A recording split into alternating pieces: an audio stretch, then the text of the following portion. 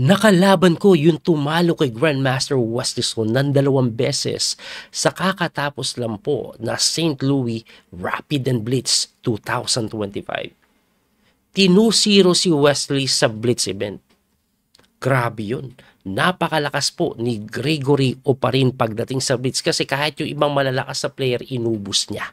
Kaya nga po yung day 1, 6 out of 9 ang score niya. Siya po yung nag-number 1 day 1 Blitz event. Anong nangyari? Eto na. Nakalaban ko po siya sa Title Tuesday. Blitz po ito online August 19, 2025 early edition. Pareho po kaming perfect score with 2 out of 2. Round number 3, magkalaban kami. Anong nangyari? Panoorin nyo po. Ni-record ko po yun habang naglalaro ako. And after nyo po panoorin, i-analyze po natin yung mga pangyayari. Enjoy. Sino ang ating mga kabangkala? Si Gregorio pa rin! Nakalaban ko na siya noong nakaraan na. Grabe, 2-0 niya si Wesley sa Blitz event sa kakatapos lang na na torneo sa Singfield, Singfield sa St. Louis, Rapid and Blitz. 2-0 niya si Wesley. So, nung nakaraan, natsambahan ko siya Natsambahan ko siya nung nakaraan. Title Tuesday yon. Sicilian din po ang aming laban.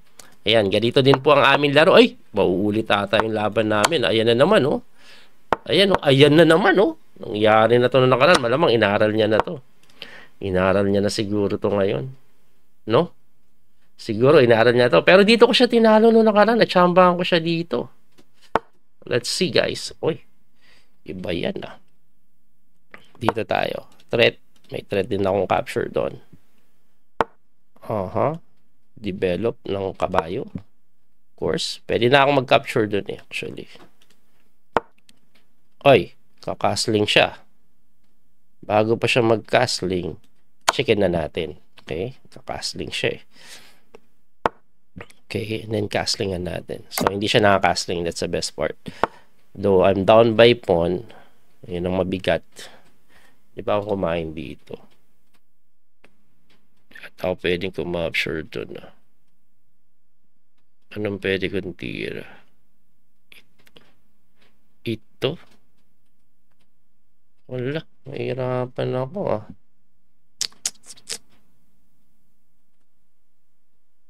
Yun lang. Pwede ba dito? Pwede yata dito. Ayan, pwede. Pwede. Kasi pag kinapture niya takes, may thread pa ako dun. Ang problema lang kasi hindi dito So, kailangan ko may iwas yan. And then, I'll develop this next move. Let's see what he will play. Hindi niya po maggalaw. May ganun ako. Okay? So, looking good ito. I think I'm okay. Pwede. Pwede. Okay, gumanon.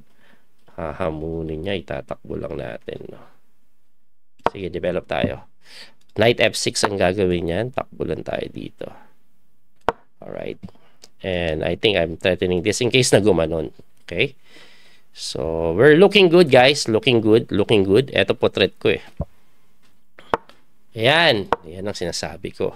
In case na gumanon, nangyari na nga.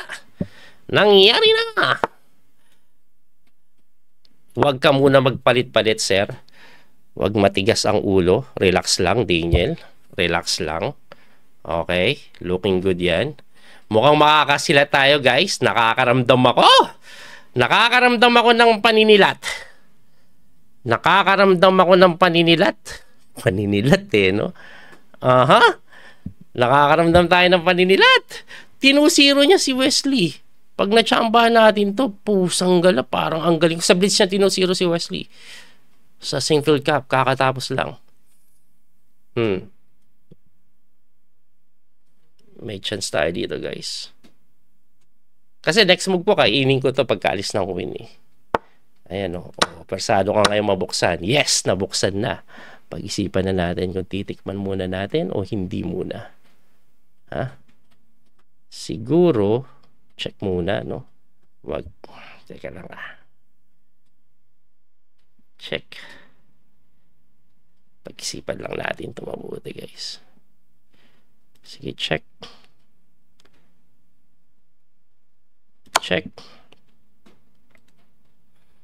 Pag-isipan natin ito mabuti.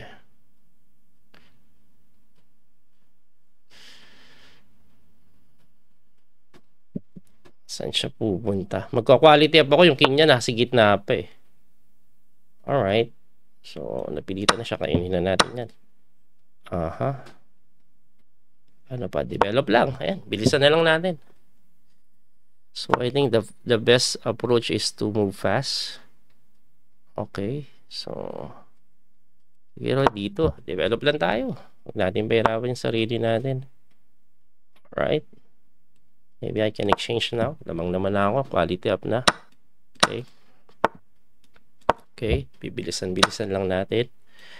Uy, nakapan pa ako ah. Dito balik. Baka makulong eh. Singaw. Okay. Aha. So, saan tayo? Dito. Okay, quality up tayo guys. Tandaan ha. Quality up tayo. Capture to ah.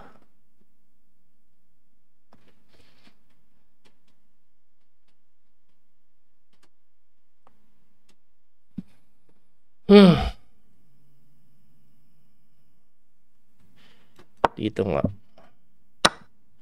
Dito.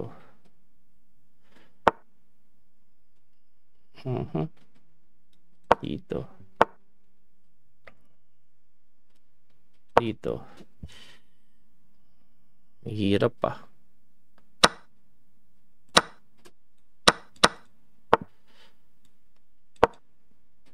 Mahirap pa.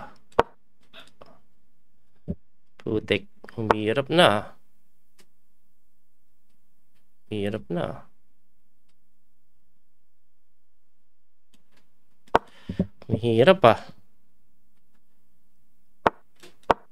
Humihirap.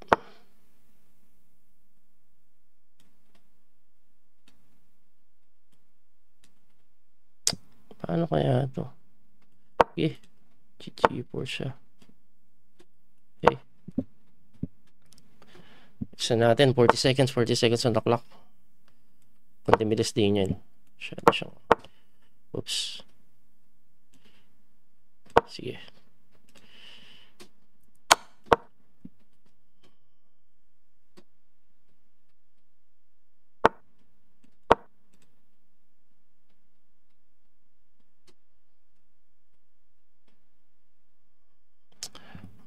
Bilisan natin ng konti. Bilisan natin ng konti.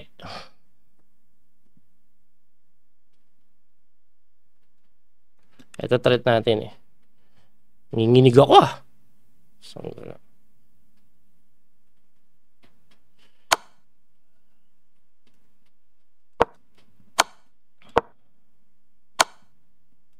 Uy, putik na yan. Matatabla. Pilitin natin. Hindi tayo pwedeng tumabla. Pilitin natin. Sayang naman. Winning na eh. Winning na eh. Pilitin natin to. Panalo natin to guys. Ipanalo natin to. Winning na eh. Woo! Woo! Woo! Woo! Woo! Woo! Woo! Woo! Alam ko na this. One rock up na to, sir. One rock up na to, sir. One rock up na to, sir. One rock up na to, sir.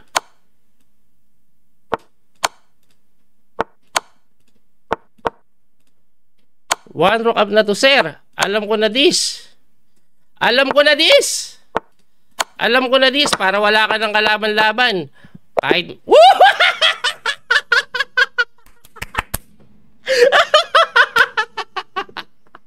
Nanalo tayo. Naunod yung laban namin nakaraan. Ganyan opening ulit. Grabe yun. Grabe yun. Grabe yun, di ba?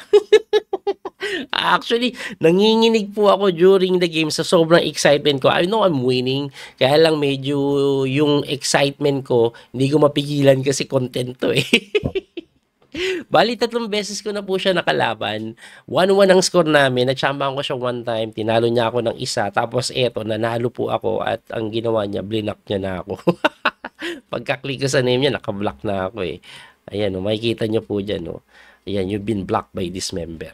Ewan ko kung bakit. Pero ayan, 2 panalo ako eh. 1 talo. Puro title Tuesday po yan pag nakakalaban ko siya. Anyway, mabilis lang po nating pasadahan yung laban. So, E4, C5, C3. Yan po yung Sicilian Alapin. Knight F6, hitting the pawn. Kaya tinutulak yan kadalasan. Pagtakbo, D4, takes, and then D6. Actually, D6 po yung pinaka magandang linya dito. Yun nga lang, medyo magulo yan pagka Bishop C4. Kasi inaatake yung kabayo, tatakbo, tapos may check. Ngayon, pagka-check, ang isa sa best move is iharang. Yung Bishop D7, goods din po. Ang nagiging problema po ng Bishop D7, ilagay ko lang yung engine bar, meron pong magulong linyang E6, which is very effective pag blitz po yung laban. No? Ngayon, gusto ko ipakita sa inyo kung anong tamang tira dyan. Ang best mo po dyan, kainin. Kaso, gugulo. May ganito kasi. Ayan, no? Mamatihin kita. So, pag ikaw ay nag-G6, capture na ganun. O, pag humarang ka dito, takes. Ganyan po yung mangyayari. Hindi ka nakakasling, tapos magdi-develop na lang ako. Yan po yung mga plano niyan. Kaya balik po tayo doon. Kaya nga po pagka E6, no, hindi po nila kinakapture yung bishop. Ang ginagawa po, ito po yung tinetakes. Tapos, ina-atras ko lang yung bishop. Bakit ko po inatras? May threat po ako na mag-check dito. At may nangyari na po sa akin before, Grandmaster pa, tumira po ng Knight C6. Ang ending, mati po. Ayan o, ganyan mangyayari dyan. Sacrifice Queen. Nangyari yan sa akin, Blitz. No? Anyway, syempre, Gregory Oparinto, alam niya ginagawa niya, nag-bishop to C6. If I'm not mistaken, dati tinira niya po sa akin is G6, inatake ko po siya dyan. So, binigyan niya ng improvement, bishop to C6, na tinirahan ko lang po ng Queen to G4. Ayun. Actually, Queen G4 is not the best move according to engine. Ang best move is Knight F3, tas mag-castling ka lang. Pero ito po kasi, ang pinaka-idea niyan, atakado ito while defending the pawn. So, ang tinira niya po, Queen D7. Ayan, medyo mali na daw po yan. Kasi, ang alam ko, ang tira dito is something like King D7 eh. Na-experience ko na to before eh. Pero yung queen move, sinagot ko lang po ng knight to e2, kailangan ko mag-develop. Actually, pwede din dito, kaya lang ayoko pong makain niya. So, ito po idea ko, para may pressure doon, na tinirahan niya ng knight to a6. At after knight a6, magkakasling na po kasi siya, chinek ko na. O, hindi po siya makatulak kasi kakapturing ko po ito tapos may kain doon. Kaya nag-king move na pilitan. Tapos ako naman nag-castling para depensahan yung pawn. Ngayon, pagkakasling, nag-knight to b4. Actually, ang knight b4, hindi ko po nakita agad-agad sa laro. Hindi ko alam kung anong gagawin ko eh. Ang iniisip ko dyan, ibigay ko na lang, ganito. Kasi wala pong pupuntahan, hindi ko po maiiwas. Oh. Tapos may mga talong pa dito. Buti na lang, napaisip ako at may nakita ko magandang square, bishop g6. Excellent move po yan. Kasi hindi niya po matiks, may ganun. Bantay pa rin to. Wala nang gagawin yan. Pwede ko sipahin yan later on. Ang nangyari nga, nag-knight d5 na lang agad eh. Kapag develop na ako, tapos tumakbo doon, inatras ko lang. At ito po ay winning na daw for my side according sa engine. Ang best move niya na nga lang, ibigay po yung tore. Pero kahit ganun, quality up na malinis yun. Ang ginawa niya po, nag-rook doon na maling-mali. Kasi pagkatira ko po ng bishop f7, grabe ka, completely winning na. Ngayon, ang ginawa niya, nagtulak ng pawn, nasinagot ko lang ng bishop e6. Grabe ka, winning na pala yan. Actually, during the game, alam ko winning ako, pero hindi ko sure kung gaano. Hindi, alam ko winning yan, correct. Kaya lang, wala kasing oras, di ba? Anyway, nag-queen move siya doon, kinapture po yung pawn, napilitan siyang bawiin, at dito nag-isip ako eh. Kasi, pwede ko nang kainin, pero bakit ko kailangan kainin, no? Ang ginawa ko po, nag-rook d1. And after rook d1, nag-knight bd7 siya, na kung saan sinagot ko po ng bishop takes rook. Mali pa pala yun. Ang tamang tira pala is talagang panatiliin mo yung pressure dyan, bishop to g5. Di ko na naisip yan eh. Kasi ang pinaka-tema niyan, kainin mo to. Pag nakain mo, libre na yon. Ngayon, pag tumakbo ko, tatakbo eh. Anong gagawin mo? Kainin mo pa rin. kainin mo pa rin kasi madadali siya. Dahil pagka-takes niya nito, sabihin na natin, pwede ka mag-sacrifice Rook takes D7, capture na ganun. And after this, it's simply winning. Ganun po dapat na mangyayari pala. Pero ang ginawa ko kasi, balik po tayo doon, nasa ba tayo? Dito. No? Nag-bishop takes G8 kasi ako eh.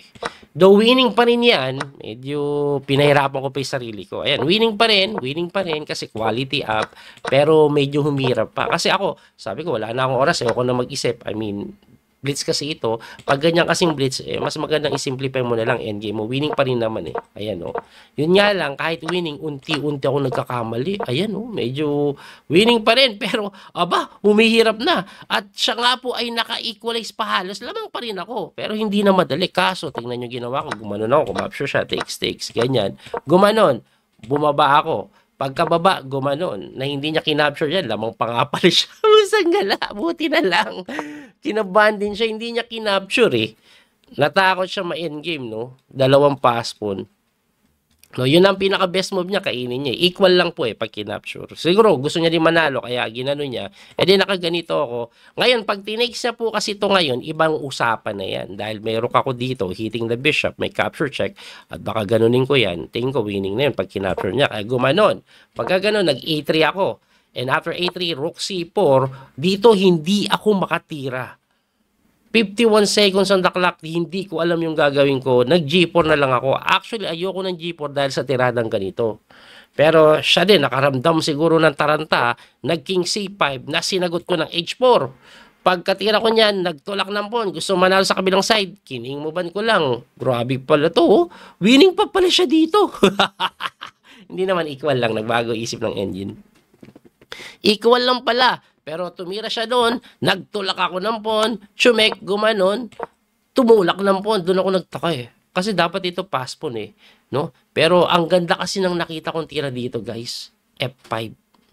Very interesting po yung F5, hindi niya po basta-basta makapture kasi baka gumanito po ako.